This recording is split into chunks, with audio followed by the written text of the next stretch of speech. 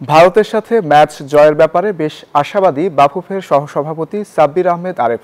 হঠাৎ কেন রঙের ছোঁয়া লাগলো বাফুফে ভবনে, সেই প্রশ্নের উত্তরের সাথে তিনি জানালেন, মাঠের ফুটবলের সাথে সাথে সবকিছুই বদলে যাবে ভবিষ্যতে। জানান, সব বিভেদ ভুলে এগিয়ে নিতে হবে ক্রীড়াঙ্গনকে।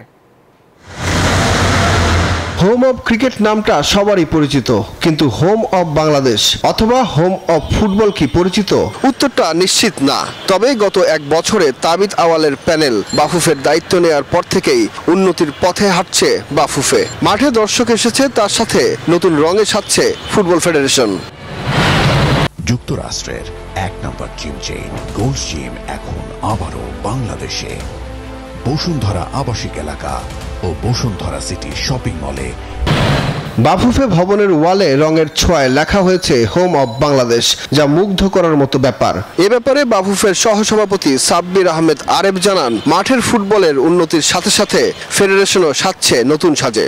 শুধু বাফুফে রঙিন হচ্ছে, ফুটবল রঙিন হচ্ছে, দর্শকদেরও রঙিন হতে হবে, আপনাদেরকেও রঙিন হতে হবে, আমাদেরকেও রঙিন হতে হবে। সব মিলে একটা ফুটবলের জ্বর তো উঠছেই, এই জ্বরটা সবাই মিলে ধরে রাখতে হবে। 18 নভেম্বর ভারতের বিপক্ষে ম্যাচ জয়ের বিষয়েও বেশ আশাবাদী আরেফ। আশা করে বসে আছে একটা জয়, যেটা নেপালের কাছ থেকে অনেক আশা করছিলাম আমরা, সেটা পাইনি। তবে প্লেয়াররা, তোমরা আমাদের আশা পূরণ করো, ভারতের সাথে জিতো, এটাই ধন্যবাদ সবাইকে। এছাড়া ফুটবল নিয়ে আসিফ আকবরের মন্তব্যের বিপরীতে বাফুফের চিঠির উত্তর দিয়েছে বিসিবি। এ বিষয়ে আরেফ বলছেন, সব বিভেদ ভুলে সব স্পোর্টস লিডারদের নিয়ে এগিয়ে নিতে হবে ক্রীড়া অঙ্গন। স্পোর্টস তো স্পোর্টসই, আর স্পোর্টসের যারা নেতৃত্ব দেয় তারা তো আরো মহান।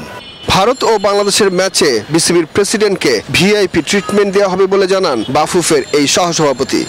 উনি যেটা দেখতে চেয়েছেন, অবশ্যই কেন দেখবেন না, ওনাকে প্রয়োজন হলে আমরা ভিআইপি ভাবে নিয়ে আসবো এবং ভিআইপি ভাবে খেলার সুযোগ, দেখার সুযোগ করে দেবো।